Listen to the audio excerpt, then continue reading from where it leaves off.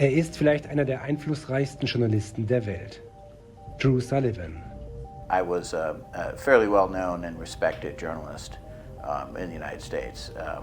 And so it's about track record. Jetzt ist er der Chef des investigativen Journalistennetzwerks OCCRP. OCCRP is the largest investigative reporting organization on Earth. It's the first global investigative reporting organization. We have editors on all continents. We have staff on all continents.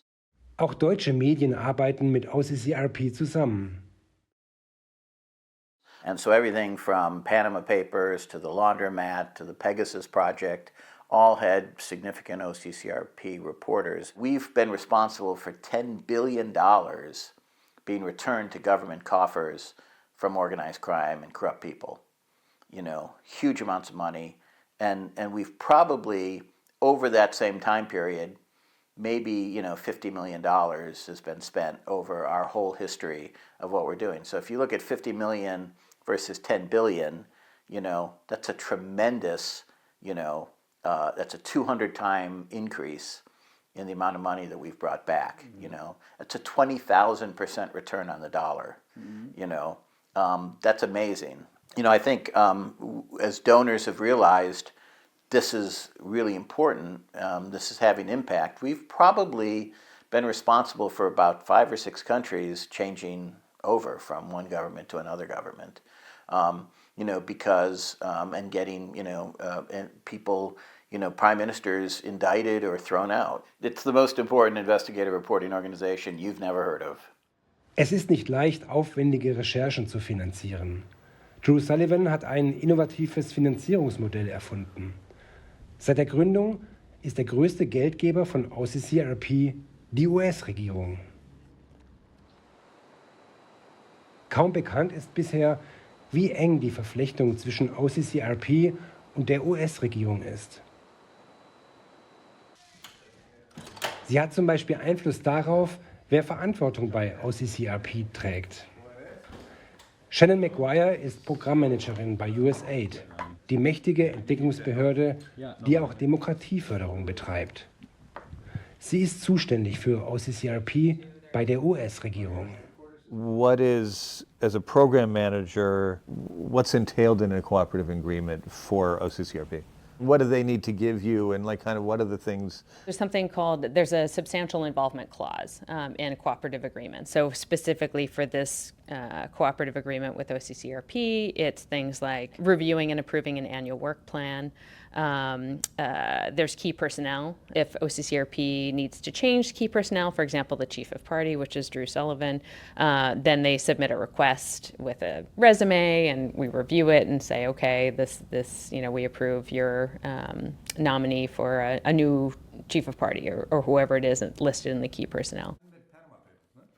Drew Sullivan hat uns viel Zeit für ein Interview gegeben und wir wollen viele offene Fragen klären. Journalismus und Regierungspolitik, wie passt das zusammen? Wie bekommt er die Balance hin? In the interview with, I think, Shannon, she said that, and also in cooperative agreements, we know that it's common that you have a clause that USAID must sign off on key personnel. Could you walk us through that process? How do you do that? Under cooperative agreements, which we don't like to take, that they have, a say on who the people are. But they can veto somebody. If they veto somebody, then we can say we don't take the money. They've never vetoed anybody, and we've never had a problem with this, and they know this ahead of time. I mean, we're very clear about this. And on top of it, we still have an agreement that they cannot interfere with the editorial, content in any way, shape, or form. So you guys get it from a fee that is put on your behalf by the government. We get it more directly from that, but we both have editorial independence, and that's something that we're proud of, and and I'm happy to give back money to donors who don't agree on it. And I know when I'm being influenced. I know when somebody wants to control something in my structure. I know when there's pressure, And we're not going to tolerate it. We have we've won over 100 major awards because of integrity and because of the quality of the work that we do. And that's the rules that you have to have in this game. You have to, it's a very difficult thing to balance investigative reporting money from any donor, but especially government donors. But do you think the hundreds of journalists who proudly work for OCCRP, that they know that your top personnel has to be approved by the U.S. government, by USAID? They may well know that, yes. I mean, they take grants from governments themselves, and they have similar types of requirements that they have to sometimes do, and everybody deals with it in the way they have to deal with it. It's usually it's a chief of party, or it's a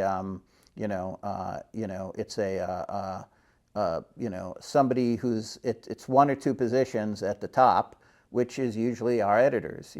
And we try to protect everybody, in the organizations that partner with us from all this information. We try to keep them away from the donors as much as possible so that they don't have to worry and they don't have to deal with, we're not always successful. There's always some embassy official from some country somewhere, seeking to do something. But, we've never had a problem where we have felt that we were under serious pressure or even mild pressure from a government. Leila Bisracic arbeitet mit Drew Sullivan seit 2 Jahrzehnten zusammen und ist OCCRP-Partnerin in Bosnien. If you are applying for a big grant, multi-million-dollar grant, then USAID is approving chief of party and all the key positions within that grant. That is very common for all the USAID grants. Now, that is, when you think about the journalistic independence, that is problematic. Because again, USAID is deciding upon people. Are they the best? I don't know. Are they just closer to heart of somebody in the U.S. administration? Possibly. He was always very close to USAID people in Washington.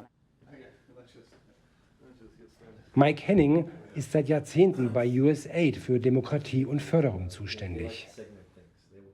So basically there's sort of two main kinds of ways the U.S. government does foreign aid. One is through contracts, where we're very specific and directive, and the other is through assistance, which includes grants and cooperative agreements. Grants and cooperative agreements are basically very similar in that they're kind of gifts that we give to an organization saying, you're doing a great thing, here's a gift of some resources, continue doing it. But for certain activities that we like that you're doing, and we want to see you continue those sorts of activities. So it has some strings attached. A cooperative agreement has more strings attached, let's say, than a grant, but it's effectively still an assistance award. It's a gift to an organization to carry out their program. And we like their program, we want to support it. So some of the strings that are attached in a cooperative agreement are approval of key personnel, approval of an annual work plan, approval of sub-grants of a certain amount, above a certain amount. These are rather administrative things, but sometimes significant. And so, for example, OCCRP, which did not get a direct award in the beginning, but there were, let's say, a sub-grantee, so the award that supported OCCRP, that sub-grant to OCCRP would have to be approved by a USAID agreement officer representative or an agreement officer. And now that OCCRP is, I believe, getting a direct award from USAID, the key personnel would be at play. So, who's the editor-in-chief, or who's the CEO, who's the managing editor, et cetera. Those would be sort of a top tier of people that would be approved, and then also an annual work plan. Here's what we're going to do this year, and here's how we're going to do it. And the agency would have ability to question that and engage with the partner on that. Wie bewerten das andere Journalisten? ProPublica in New York City. Sie haben zahlreiche Pulitzerpreise für ihre Arbeit gewonnen. Steve Engelberg ist der Chefredakteur. I think at the point at which a funder has influence over the personnel who do the news, that is a very powerful lever, because we all know in journalism that a lot of what happens depends on who does it, right? I mean, who's the editor, who's the reporter, who's the leader, right? You know, the preferences of that person are going to shape the coverage. So I think if you are worried about pleasing a funder, particularly a governmental funder, which has clear viewpoints on things, to me that would be a bit problematical. I would hope that that no independent organization allows itself to give a voice to a funder when one is deciding who's in charge or who writes the stories. OCCRP betont, das Vetorecht sei rein technischer Natur und ausschließlich für Managementfragen relevant. Die US-Regierung habe keinen Einfluss auf redaktionelle Entscheidungen. Journalismus steht unter Druck. Die Finanzierung gerade von investigativer Arbeit ist schwierig. Wie kann man das Problem lösen? Drew Sullivan legt großen Wert darauf, nicht nur von einem großen Geldgeber abhängig zu sein. It's a wide distributed group of donors, which is what we want to have. We want to have no one donor dominates. And so you can't say, well, the U.S. government, is your biggest funder. Yes, it's one of the biggest funders, but it's not a huge percentage. Wir haben die Geldströme verfolgt, aus denen sich OCCRP finanziert. Daraus ergibt sich ein anderes Bild. Die Zuwendungen aller US-Regierungsstellen zusammengerechnet machen seit der Gründung von OCCRP mehr als 50% aus. Damit ist die amerikanische Regierung mit Abstand der größte Geldgeber von OCCRP. In 2016, im Jahr der Panama Papers, waren es über 80% Gelder von der US-Regierung. I'm very proud to say that I think OCCRP is one of the best achievements that USAID has made in the field of democracy and governance. We were the main funder from the beginning. And there are many others that have come along since and are very welcome, and it's very nice to talk about OCCRP's many supporters now. But at the beginning, the US was the only supporter of the effort in a significant way. Regarding like our first interview in Sarajevo, you said one really important thing. You said you don't have a dominating donor. Like, would it be wrong to say that the US government is the main donor of OCCRP? I can give you the numbers. I don't know. It's probably the largest donor. That's clearly the largest donor. It's like from, I don't know, the Middle East, or the Bureau of Near Eastern Affairs, the INL, the Bureau of Democracy. I mean, it's all different US government grants. Yeah, if you start counting like NED, as being government money, that's also US government money. Yeah, it can get up there. I kind of think of those as different. I look at State Department, USAID as kind of government money, but that may not be right. The US government is the main donor though, right? I mean, if you look at... It's the largest donor of OCCRP, yes. And has been for most of our history. My take is that, it's real simple. I know when I'm being influenced. I know when somebody wants to do something. And actually, of all the money we've taken, I had more problems with Open Society money than I did with US government money. There was never an attempt to influence anything that we were doing. And so, do we wish we didn't have to take it? Yeah. But OCCRP wouldn't exist if we didn't take that money in those years, and even now. As long as the actual reporting is good, as long as the stories are good, does it really matter where the money comes from? I would say at the end of the day, it's more a matter of, for me, why we wouldn't do it. It's more a matter of what you become accustomed to, right? If the government is paying half of your payroll, right, it's going to be on your mind. And so, I think I would prefer not to have to think about that. Laut OCCRP ist der Anteil von Geldern der US-Regierung zwischen 2019 und 2023 von 60 auf 22% gesunken. We've also researched about corruption, crime scandals in Eastern Europe, like in the OCCRP region, that were related to US government or to US big corporations, like Microsoft. I mean, there were different Microsoft scandals, as you might know, in Eastern Europe. Bechtel, highways. And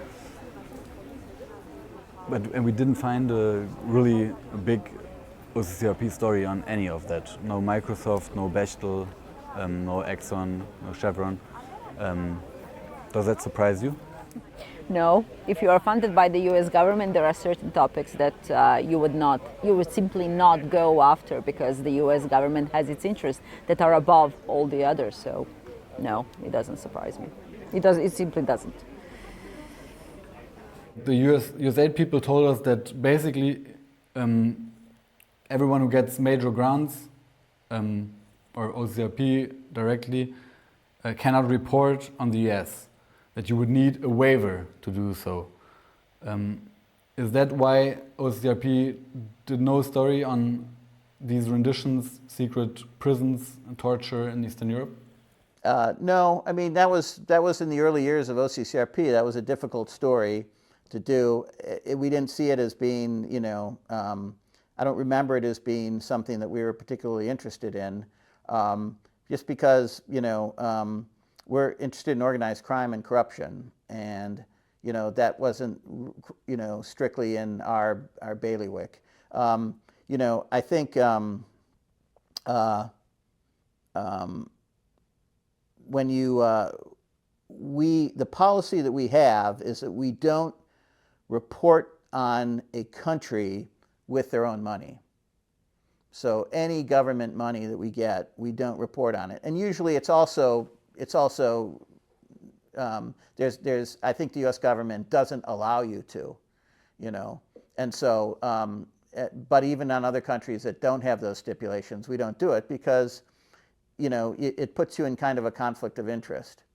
And you kind of want to stay away from those situations. We have other money to do it. We've reported on the U.S. government. We reported on the CIA buying weapons from, a bunch of Balkan places, and it ended up in the hands of ISIS. They were not happy about that, and I had a number of questions afterwards. After that story came out. I just simply said, you didn't know about it. I think it's correct to say that the work of OCCRP is in harmony with U.S. foreign policy at the broadest level, because the work of independent journalists is an important part of promoting democracy, which is an important part of our foreign policy. I mean, if you look at the Foreign Assistance Act, it says several times in there that the funds should be used to advance American foreign policy. It does advance American foreign policy when you have good investigative reporters around the world. That's why they gave us the grant in the first place. When corruption is addressed in places and corruption is outed in places, that there's already been a decision that advances foreign policy because they gave us the grant. I don't care that it advances their foreign policy. I'm asking money to do a particular thing, and if they're going to give it to me, then that's fine. It's not ideal. I'm fully aware, and we balance this and have balanced this successfully for 17 years of doing this, and it's difficult at times to do this, but it's flexible enough where we're able to do that. They pretty much confirmed that the money from USAID and other state donors implies that with this money you cannot report on US matters. That is a restriction, obviously, that in the wonderful ivory tower world that I live in at ProPublica, we would not accept that. We do not allow people to impose restrictions on our reporting. That is how we look at it. And again, if you go to the examples of the for-profit enterprises, I don't think that the New York Times would accept an advertisement from the Ford Motor Company and say, but you can't write about Ford. That will be unacceptable. We would say, well, if that's what you want, then I think we have a problem here. Der Vorstand von OCCRP schreibt uns, OCCRP ist es nicht gestattet, Gelder der US-Regierung für Berichte über die USA im Allgemeinen zu verwenden, nicht nur für kritische Berichte über die USA. So, where did the first funds come for OCCRP? So the first funds came from United Nations Democracy Fund. So steht es auf der Website von OCCRP. Alles begann mit der UNO. When you talk about the creation, right, the creation of OCCRP. I think it's fair to say that without U.S. support, OCCRP would not exist. Because the reality is that funding is always a constraint. So there are a lot of great people with great ideas, and the funding is limited. So the job of people at USAID, like myself, is to try to sift through what are the worthy ideas and what are the needs in any country context. And so USAID and someone like me is extremely lucky when someone like Drew Sullivan and Don Pine, who was his partner at the time, walk in the door with a great idea and say, hey, we think that this would really work. It's a bit of a risk, but we want to try this. And then it's the job of someone in my position to sort of weigh that, consider it, see if it fits within a portfolio that we have or responds to any open solicitation that we have, and then put the money to match that. We're proud that we're the first public donor, that USAID is the first public donor, and the US government is the first public donor to OCCRP. But we're proud of that, but we're also aware that, and mindful of how uncomfortable sometimes the relationship can be. So the collaboration between USAID and state law enforcement unit, I think, was essential to getting the whole thing off the ground. Law enforcement would be interested because the ability to uncover corrupt schemes and often international schemes is incredibly complicated, and having more eyes, more talent allocated to unraveling these networks, finding out where the assets have been hidden and how the money's been laundered, and using offshore and other facilities. This kind of work is incredibly complicated, and the more eyes and hands on it, the better. And sometimes, of course, I think the beauty of investigative reporters is, and truly independent journalists, and independent in a serious way, is that people will talk maybe more to a journalist than they might necessarily to a government official. And so having journalists do this work maybe, I think, lends a certain, reduces some fear and encourages more openness, because people do, even some people that are aware of criminal activities, they also sometimes want to see justice done. So, but it's tricky if you're dealing directly with law enforcement. So law enforcement is happy to have other external actors do that kind of work. So USAID or USAID told us in the same room that you're in right now that the original money for OCCRP came from INL, which is the law enforcement and narcotics part of the State Department. I think, okay, yeah, that might be right. So we put in an unsolicited proposal. Yeah, so that would have been, yes, it would have been INL. But what I don't understand is, why don't you just say in your website that the original funding for OCCRP came from the law enforcement division of the State Department? Well, That's a technicality, you're right, John, but you have to understand, looking at it from our perspective, all this was what we needed to do to orchestrate the money. And we really considered kind of the UN money as being, that's how we started OCCRP. I think Drew's just nervous about being linked with law enforcement. Yeah. But why? Because sources maybe, right? If people that are going to give you information think, oh, you're just an arm of, you're just a cop, right? I mean, maybe it's a problem.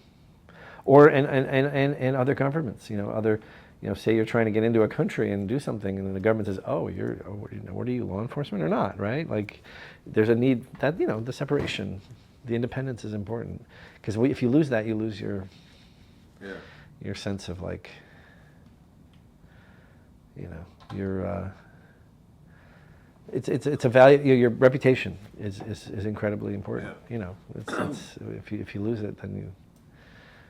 And that's I would say that would be maybe like a threat if it was seen as too connected to law enforcement. Yeah. Der Director for Security and Law Enforcement beim State Department war damals David Hodgkinson. Heute hat er eine leitende Funktion bei der Koordinationsstelle der amerikanischen Nachrichtendienste. A guy named Dave Hodgkinson asked you to submit an unsolicited proposal. We came to him with an idea, and then he said the best way to do this, to get this money, is to put in for an unsolicited proposal. That's a vehicle you can use to get money. And then INL really didn't do, they were doing kind of law enforcement work, and so what they did is they got the money and then they turned it over to USAID. Right, USAID administered it, but the money came from the State Department's Law Enforcement and Narcotics Division. Yes. I'm just trying to figure out if we should say accurately that the first money for OCCRP came from the US government. That may be accurate. OCCRP betont, dass OCCRP als Rechtsform erst später gegründet worden sei. Man betrachte die UNO als Initialförderer. We also have appearance of conflict. And appearance of conflict is a real thing. Because the only thing that you have in the end is your trust of your readers. So if the readers have doubts because of an appearance, that's a real thing to worry about as journalists. I do believe that. I don't want to take money from the government. ProPublica does not take money from the government. We wouldn't consider doing it. Frankly speaking, on some rare occasions where the government has come to us and said, would you like to do some training of journalists overseas, we'll pay you for it, we would say no. We would do it voluntarily. I just don't want their money.